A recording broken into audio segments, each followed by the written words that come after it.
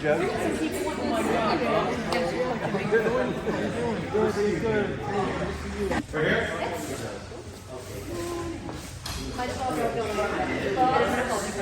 Hi, I'm content producer Michael Barrett, and I'm here at the nonprofit known as Feed NC, where Neighborhood TV has partnered with the Charlotte Observer and WSOC-TV to host a mayoral candidate forum in Mooresville. Now, we'll have the full event available for you to watch shortly, but here are just a few highlights of what took place this morning. After years of resistance, Norfolk Southern now says it's willing to discuss leasing or selling the O-Line tracks for the Red Line. This is a proposed commuter rail from Charlotte to Mount Morn. Will you work with the city of Charlotte as mayor to make this project happen? And if so, what support should the town offer? So obviously we looked at this back when we were on the board, and we actually went as far as to visit Washington, D.C. and Florida and places. And the problem that people aren't talking about is Mooresville would be the last stop. And when you look at the last stop in all of those different communities, it's not a good stop. It's usually a large parking lot with a lot of cars. People get in and then drive on to their final destination, whether it be Statesville or Cabarrus County or wherever they're going to head after that, Rowan County. And it's not a place where they stop and shop and have that. So when you look at the amount of money that it will cost to do that and whether it be viable, we've always been at the table to have that conversation. But we have to also have the idea of when you do land use planning, because we talk about density in apartments now. On the rail, that's all that makes the rail work is density. It was 20 years ago that Mayor Pat McCrory and our mayor at that time, Al Jones, rode a light rail from Charlotte to Mooresville and stopped at our depot, our art depot, in Center in Maine, and got off, and there was a crowd down there touting the what could happen.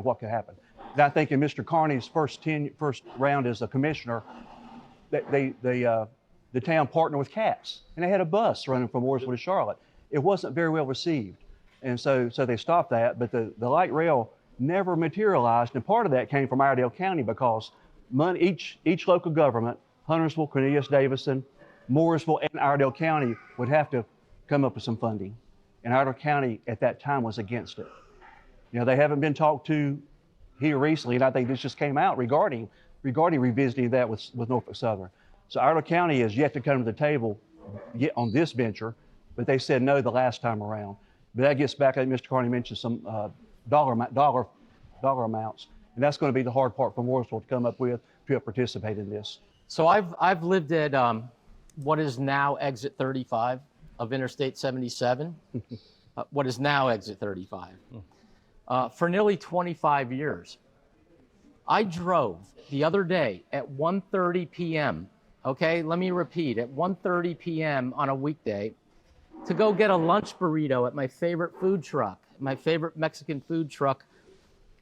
I took Williamson Road from Brawley School Road. It took 9 light cycles to get to NC 150 to then turn and go 350 feet to get my favorite burrito. And it was good, by the way, but it took an hour round trip.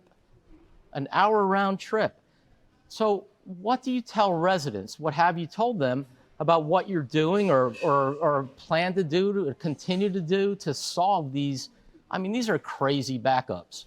What do we do about it, and how? How are they not adversely affecting our quality of life?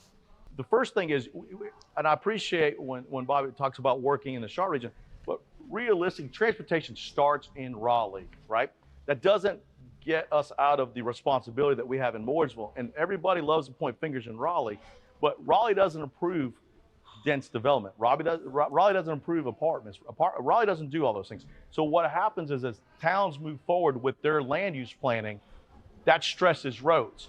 And then of course, then you hear people say, oh, it's gotten to be, I can't get from here to there, right? And we all know what stops that, lights and curb cuts, right? That's just a fact.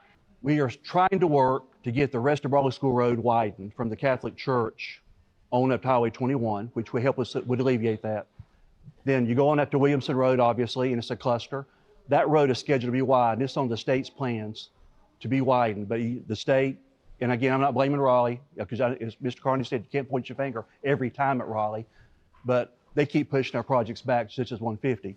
But then, as we speak also with our budget, Mooresville is putting aside funds every year, starting this year, for a traffic management system where the town will operate the traffic lights. A town committee concluded that enacting a town-wide moratorium on residential development cannot legally be put in place at this time due to state law. Do you accept the committee's findings? And if so, what steps should be taken to manage growth? We have no choice but to accept the committee's findings because of state law. We do not meet the 5 criteria to do a moratorium. We do not. So, and this is just something I've always said that I talked to our utility director about.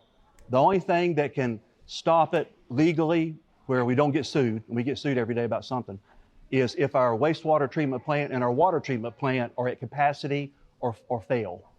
That's today, right now, that's the only thing that will stop any development. At the end of the day, when you have a planning document that tells a developer, hey, we're going to let you do this at this corner, well, when they come back and they bring you a project for that and you say no, that's when they sue you. But if it didn't say that you could do it there in the first place, they wouldn't have any grounds to sue you from. Does that make sense? So essentially, currently, we got to go back to the way that we have done our land use. And people expect density in places. Like obviously Target area, we all know that that's a dense area, right? Where your burrito is. We all know that where Costco is becoming a denser area. Well, when the Costco came in, they did $3.5 million worth of construction around their road systems.